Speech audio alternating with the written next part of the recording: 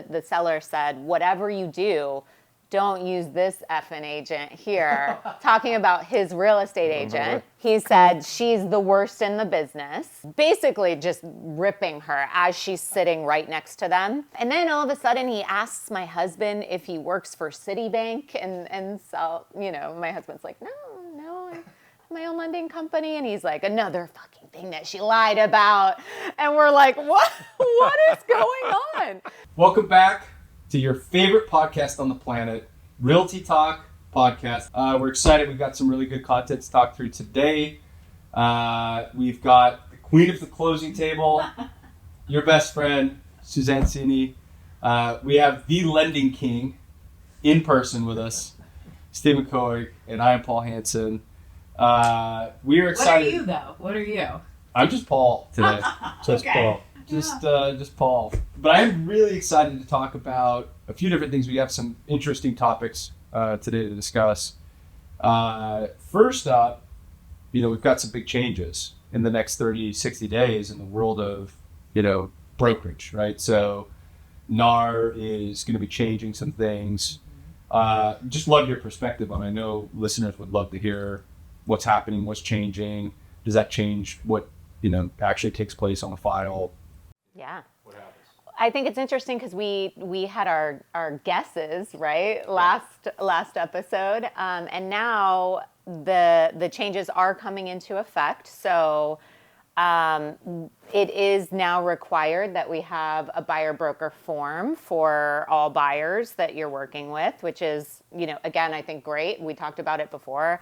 I think now buyers are a little more committed to their agent, which is really nice. But in addition to that, it seems that now that the compensation box has been removed from the MLS, but they have in return put, or in place of that, put a new box that offers seller concessions. So what is the seller willing to do or offer? That doesn't necessarily have to just be buyer agent compensation. So there are some other things that we could put in there, but that is a change. So I want to make sure because some of our listeners won't understand what all that means. But I guess in the past, when you listed a property on the MLS, you had to put what you were offering the buyer's agent. Right. You could put 0, or it could be any number above that. Standard is 2.5 to 3%. Yeah. But you couldn't go live on the MLS with something. It was in that mandatory. box. Yeah, exactly. And so the big change now is that that's going away. Mm-hmm. And there's a new section that looks like the old section Yeah. that you can outline what you're willing to compensate Yes. the other side of the transaction. Yes. Yeah. Without, spelling out what that concession is for, it is basically saying, hey, my seller is willing to offer, $20,000 in concessions. So, you can get creative with that. But ultimately, kind of like what we talked about before, I would say maybe not a whole lot has changed. Is it live now? It's live this month. So. It's live, so people are using it. Yeah. And so what percentage have offered 0 concessions? We're not seeing a lot of that. So, Right. Yeah, it's even in the box before, because, up until this point, we've still had to put in commissions. We're not really seeing much of a change overall. I think it's fair to say none of us are attorneys. So we're definitely not real estate attorneys. Listeners, go and speak to your counsel before, making any adjustments. And this is maybe an unpopular opinion, but is it just the same?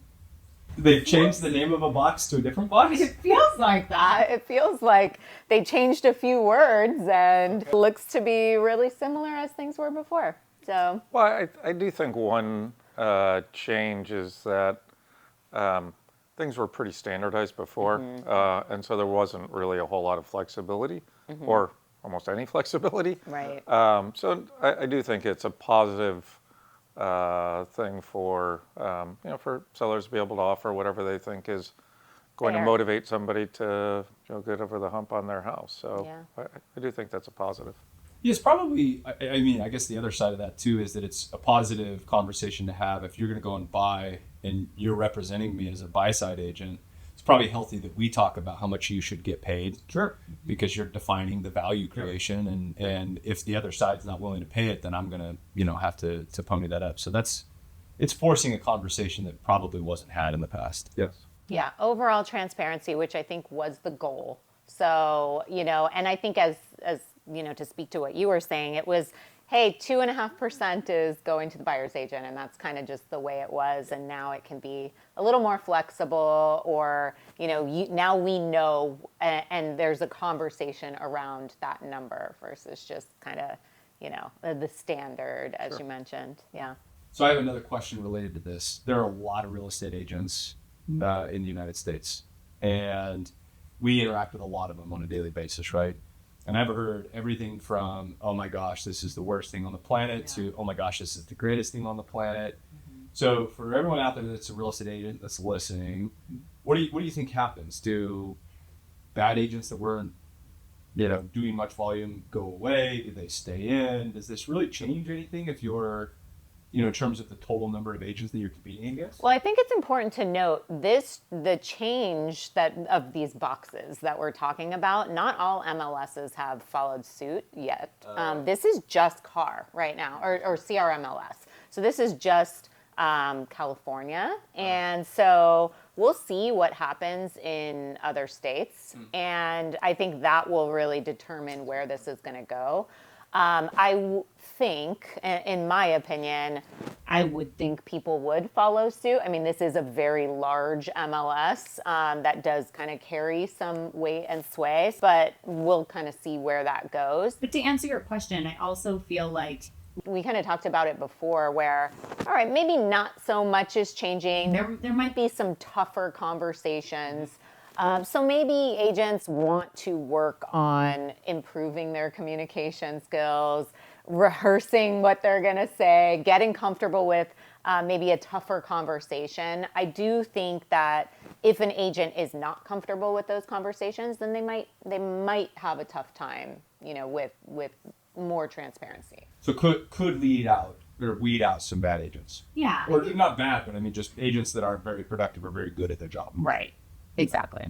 We'll see what happens. Yeah, any change in what sellers are offering? I know it's early days, and it's probably a very small data set to look at, but are the percentages generally the same? Yeah, the conversations have been pretty limited from the seller. I would say that this is an agent and an industry topic. Buyers and sellers don't necessarily, know about these boxes that are changing within the MLS. So I think as it was in the past, sellers are kind of leaning on their agent to tell them what would be best in this situation. So I think that's mostly what we're seeing. That makes sense. I mean, most people, the average American consumer is going to buy or sell 2 or 3 houses in their lifetime. Right. So how up to date is that consumer really going to be with all of this? I mean, they're going to likely trust an agent. Right? Yeah. So Exactly. we have 2 topics today to discuss. That was number 1. Okay. Number 2, I'm very excited about. I don't know that I understand the full story. I think I got a very small snippet of this, Yes. in another conversation. But we're focusing on you today, Suzanne. Oh. We want to know, what is the most interesting or challenging personal real estate transaction you've ever had? Yeah, it's a good one. Buckle up. So, for me personally, I in 2021 decided to purchase a home in Spain. And Why Spain? So I'm going to ask questions. yeah, no, I'm glad you're asking. So for me, I think number 1, the language. I can at least understand a bit of Spanish, so that's helpful. Number 2, Spain does a program where you can apply for the golden visa, as they call it, where if you purchase a home at a certain dollar amount in Spain, then they'll path you to citizenship within 5 years. So that was pretty enticing. And long term, I would like to be spending quite some time in Europe. So having that flexibility was really important for us. And then also where I purchased in Spain. So I also love France. And where I decided to purchase is pretty close to south of France. So just over the border. So I felt like, I understand Spanish better. I like the food better, honestly. In Spain. In Spain. Oh yeah, love the I don't food. know. That's a toss-up, I Oh, Ham, butter. no. So I mean, think think. Spain. I am a tapas fan, so Myself as well. Yes, yes, the culture, the way they eat, the time they eat, how they eat, I love it. So big fan. But then I kind of have best of both worlds. You drive an hour-ish, and you're in France at the wineries, and loving life. So that prompted that purchase in 2021. And it was pretty interesting because obviously being in real estate, I had a decent understanding of the way the transaction would go. What I didn't know is that you, as the buyer, are going to sit down at the closing table at the real estate office with the notary, and the seller is going to be there as well. So At the same time. Well, at that's the interesting. same time. And I learned why we don't do that here. It was a perfect example. When did you find out about that? Like At after the you were already in the end, deal? yeah, I had no idea. I assumed it would just Be similar to how we do it, and when I asked, so the fun thing is also when I say I understand Spanish, I would say it's pretty limited. told you, Yeah, but you didn't understand. yeah. So my real estate agent spoke French, Spanish, a little bit of Dutch.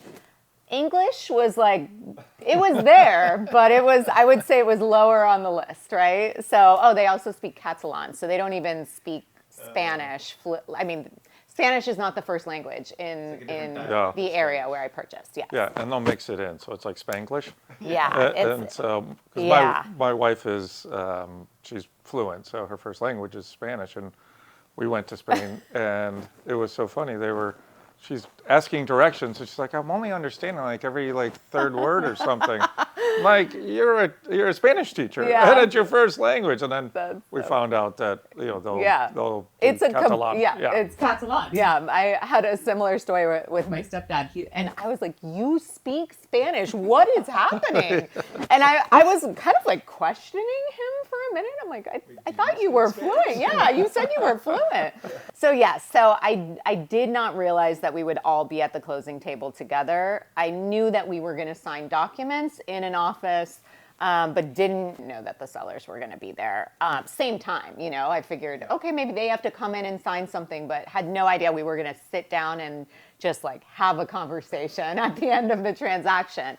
Now, that being said, I think if Everything had gone smoothly, which never happens in a transaction, but had it gone well, I think that would have been fine. this is where it gets really exciting. So The day that we're flying out to get out to Spain to sign our papers, last minute checking the boxes, and I realized that I can't find our passports. I Searched the entire house, came to the office, searched the entire office, searched the cars. It was the panic after a few hours started setting in that I thought these passports were gone. And, I have a vague memory of when I travel, sometimes I just I bring my passport, which isn't the smartest. Even if I'm not out of the country, I would take my passport. And I'd gone to Santa Barbara about a month and a half before, and I hadn't put the passports away, so they were kind of out,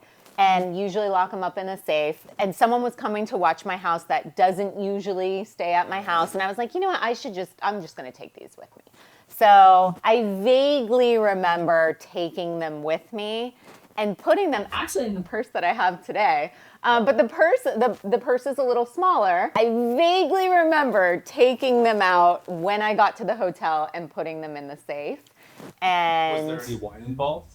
it's Santa Barbara. Vaguely, there may have been wine involved in this decision, and so I think they are in that safe or were in that safe. thinking back now. But ultimately, passports were gone. And this was 2021, so we're coming out of crazy COVID times where the government entities are not necessarily functioning the way that they should. So needing a passport, this was a Sunday, and needing a passport to sign documents on Wednesday in Spain was going to be a bit of a stretch. And is it similar where you have a deposit? Is that non-refundable, or what are the dynamics with that? Yeah, that was really interesting. So we did have to put in a deposit. It is, I mean, when you buy a house there's no request for repairs. There's no, this is it. Like, you're buying this house as is. The only way that the price or anything is going to change is if the square footage of the home is different when they measure it out. But otherwise, I mean, that's it. You're buying this house.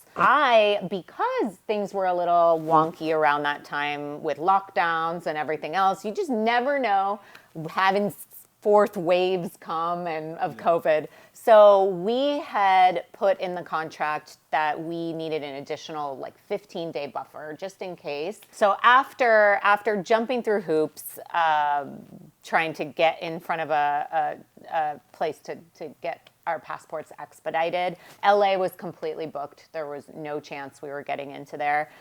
So we ended up, there was an opening on that Thursday at 8 a.m. in El Paso, Texas.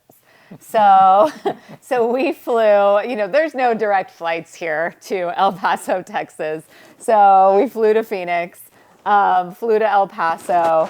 We were the first people there, got our passports. And then from El Paso, obviously we had to, kind of jump around to get over to Spain. So we finally make it to Spain by the end of the week. And, we're excited. We're thinking okay, we did this. Everything's great. Sorry for the delay, but we're here. So when we show up to the notary office, prior to that, you actually have to go to a bank and you have to do everything at the bank before you go to the notary office and sign the papers. So we had to basically go to this bank, sat with the banker, spent a bunch of time there. Since we had new passports, they had to do all sorts of new paperwork for us. So we ended up being a good hour late to the signing with the sellers. And a couple days. Oh, yeah. And then so a couple hours week. late on A week, yes. They don't think you're real at this point. Yeah, exactly. I mean, who knows? We were kind of oblivious, and I guess that this kind of speaks to our agent. Our agent really shielded us from any emotions. He was just kind of just get here, figure it out, do what you need to do. It'll be fine. We're going to sign. So we had no idea that the sellers were upset. I mean, we lost our passports. We weren't happy. This wasn't something that... This wasn't by design. Yeah, exactly. So we arrived to the notary office and we sit down at the table and we're excited. so we come in and we're like, we're here. And, we're getting our keys. It's key day. So we're feeling really good, really positive. And the sellers, who were actually British, they were already seated with everyone else that was already seated at the table. They're like, great, can we finally get this started? And so we were like, oh, that was a little snippy, and unexpected. And so part of the process is I guess it's the notary. Somebody basically reads through bylaws and HOA. They're basically reading through things about the community at the table. And the seller interrupts him and is like, don't you guys already know this? Do we really need to do this right now? We're like, well, we kind of want to hear, everything before signing and before closing. It would be nice. Again, things get lost in translation. So it was challenging to be here and have an agent that English was his sixth language. So Was there a translator? There was so the agent wasn't speaking there. So yeah, the person that was speaking at that time was speaking English. Okay. And so we were welcoming that. So there's two agents buyers and sellers, translators, notary. Yes, it was a room A room full of people waiting for them to arrive. Exactly. Exactly. In an hour. So then it started getting weird. There were a few F-bombs dropped by the seller. We were just like, what is happening? You know, why are things so hostile? And all of a sudden, the seller says to us, as we're talking about the house, the wife started giving us a little bit of information about the property, which we again welcomed. And the seller said, whatever you do, don't use this effing agent here, talking about his real estate agent. He said, she's the worst in the business. And, you know, basically just ripping her as she's sitting right next to them. For me, you know, I was just super uncomfortable because I'm like, I don't know what's going on. But, you know, I felt bad for her as an agent. I was like, ooh, this isn't feeling very nice. And the only thing that I think made me feel a little bit better is English was also her fifth language. She was Russian. So she didn't speak English very well. So I don't even know if she got 100% of what he was saying. But basically, she's just sitting there, and I'm very uncomfortable, and I'm like, I walked in so excited, and now I'm sitting in this room that you could literally cut the tension with a knife. And then all of a sudden he asks my husband if he works for Citibank, and so, you know, my husband's like, no, I have my own lending company. And he's like, another fucking thing that she lied about. And we're like, what is going on? It's just a really uncomfortable situation. So we get done. They basically charge out. And after, you know, continuous comments and yeah, just very uncomfortable. So they run out, and my real estate agent is like, "Can we film a video? How do you feel? Let's get a testimonial." And I'm just like, Are you insane? I'm not ready. Like, what?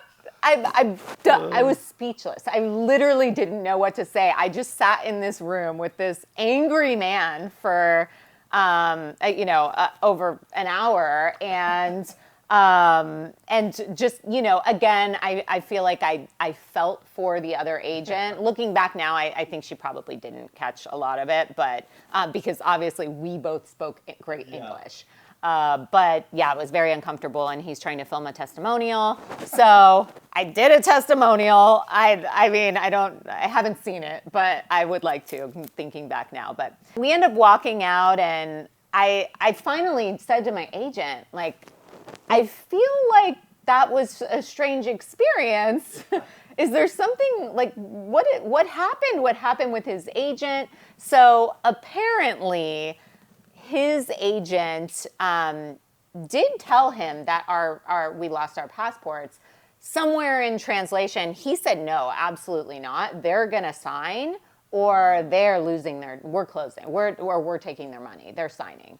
And I don't know if she just said okay or whatever happened.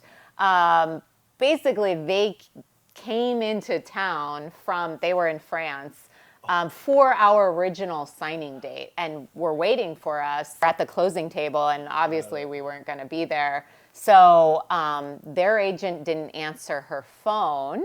So they're just at the closing table, livid, thinking that they were closing, and had movers. I mean, everything planned. And their agent didn't answer. My agent did answer. So they were, that's why he kept telling me or us during the process that, you know, our agent was great, but his was trash. He also mentioned that, you know, he kept saying she lied to him about some fees and everything else. So it was just, again, I think, you know, things get lost in translation, and I'm going to give everyone the benefit of the doubt there. But so we had no idea that this had ever happened. And that's why I say I think my agent, I mean, in a way, I kind of wish I knew, but I also feel that would have just stressed us out even more. We're already freaking out to get passports, and a nervous wreck. So he shielded us from that and didn't let us know. But that said, we did arrive to the house, And we could tell that the sellers were a little upset because we arrived to a house with no lights, no mirrors, they took light bulbs. light bulbs. They took chandelier. They took everything, and which was not part of the agreement at all. Like, we had actually paid for some furniture to stay with the house.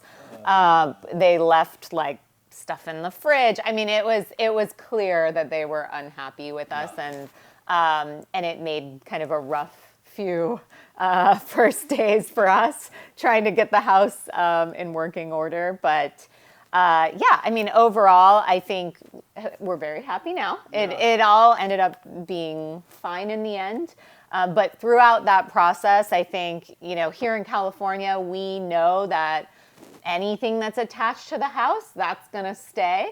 But apparently that is not the case elsewhere. So I think ultimately some really great learning lessons. I think one is being here, we kind of think we know everything when it comes to real estate and being in the field that we are. But, I think recognizing that other places do things differently and maybe asking more questions in those situations would have been helpful, versus assuming that I knew exactly how this process was going to go. Ultimately, I think I'm still very happy that I purchased the home in Spain, and I think it's beautiful and I value it and love the experience, but walking in so excited and leaving so confused and kind of upset was definitely my most interesting personal transaction. Yeah. Wowza. Yeah. So it sounds like you'd hire your agent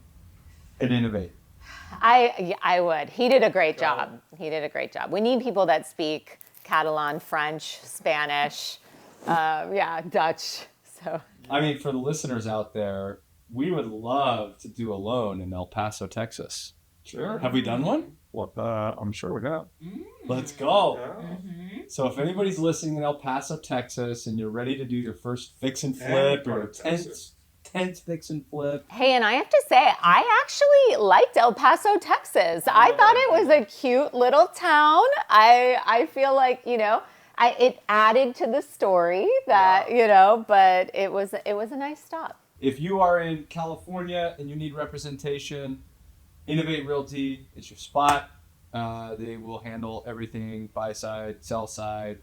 They have some interesting products to help prepare your home before you sell.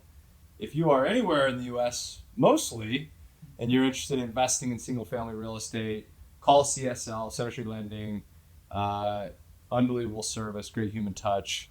One of the best in the business for sure, and one of the best.